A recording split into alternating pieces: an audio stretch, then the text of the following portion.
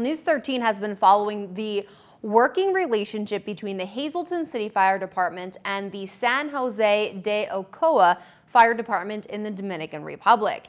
News 13's Gary Perna sits down with Hazleton City Deputy Fire Chiefs Sean Jones and Brian Mandak.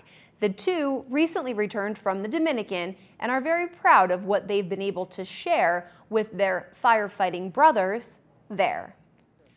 For me to tell you this story, we must go back in time to April of 2011, when News 13 first met the firefighters from the Dominican.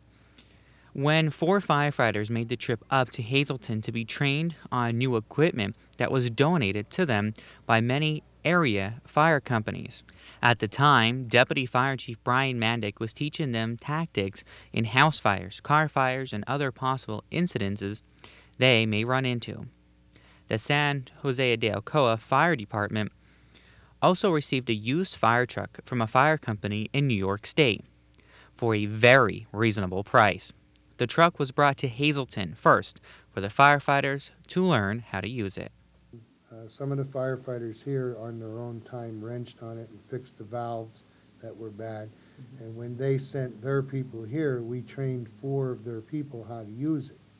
When the mayor of San Jose de Ocoa came back to Hazleton, Mandak and Jones asked if they could go back and train more of the firefighters on the truck and the equipment, since they saw photos of other firefighters using the equipment incorrectly, firefighters that didn't make the truck up to Hazleton. The mayor said yes, and with that, the second chapter of this story was started. Sean and I paid for our airfare out of our own pocket and used our own vacation time.